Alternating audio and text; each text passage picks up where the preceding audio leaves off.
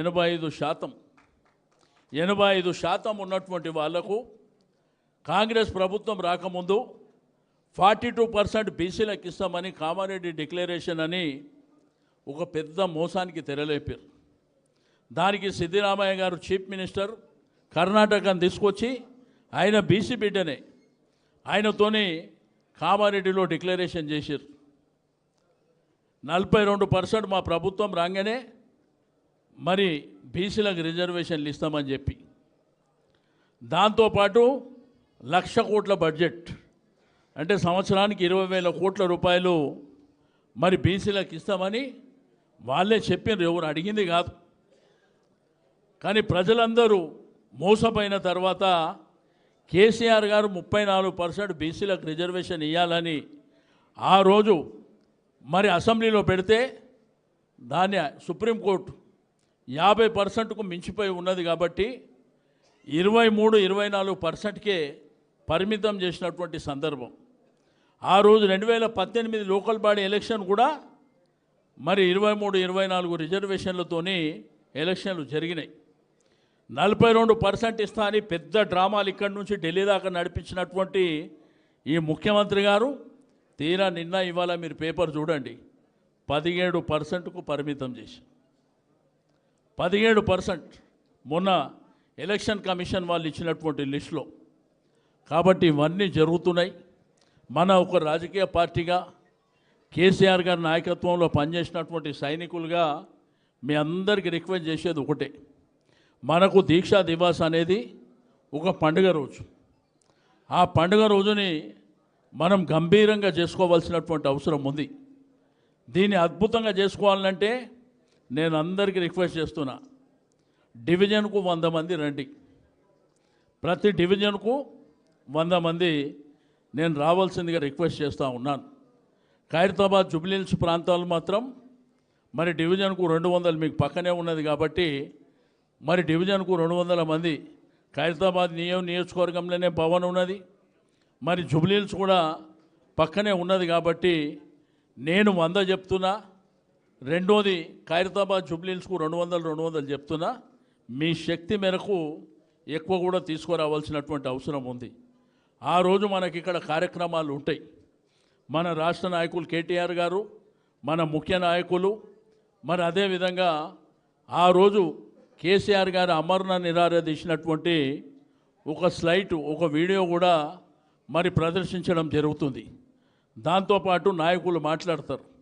మాట్లాడిన తర్వాత భోజనం చేసి మనం యథావిధిగా వెళ్ళిపోవాల్సినటువంటి అవసరం ఉంది.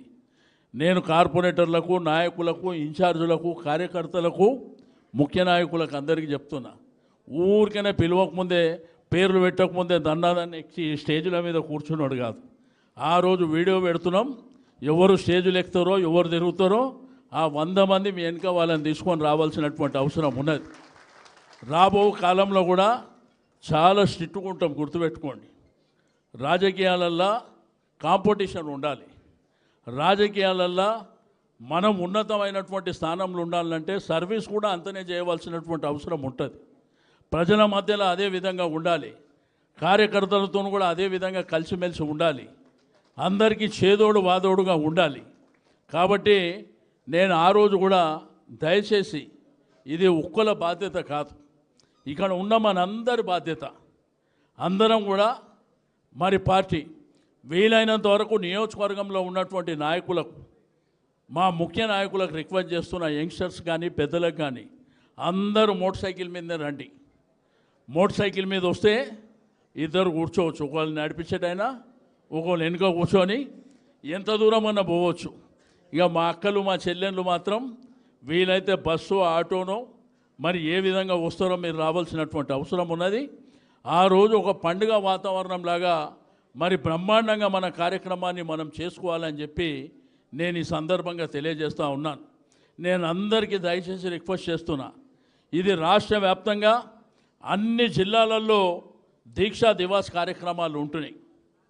అన్ని జిల్లాల్లో కూడా పెద్ద ఎత్తున బ్రహ్మాండంగా చేపడుతున్నారు. కాబట్టి మన రాష్ట్రంలో మరి హైదరాబాద్ అనేది ప్రధానమైనటువంటిది.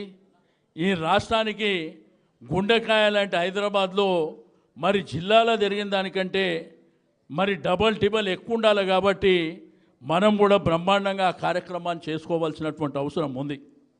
అదేవిధంగా లోకల్ బాడీస్ ఏవైతే సర్పంచ్ ఎలక్షన్లు కాగానే మరి వెంటనే మెంబర్షిప్ డ్రైవ్ ఉంటుంది మన పార్టీది. మన పార్టీ మెంబర్షిప్ డ్రైవ్ అయిన తర్వాత మరి కమిటీలు వేసుకొని ముందుకెళ్ళడం జరుగుతుంది.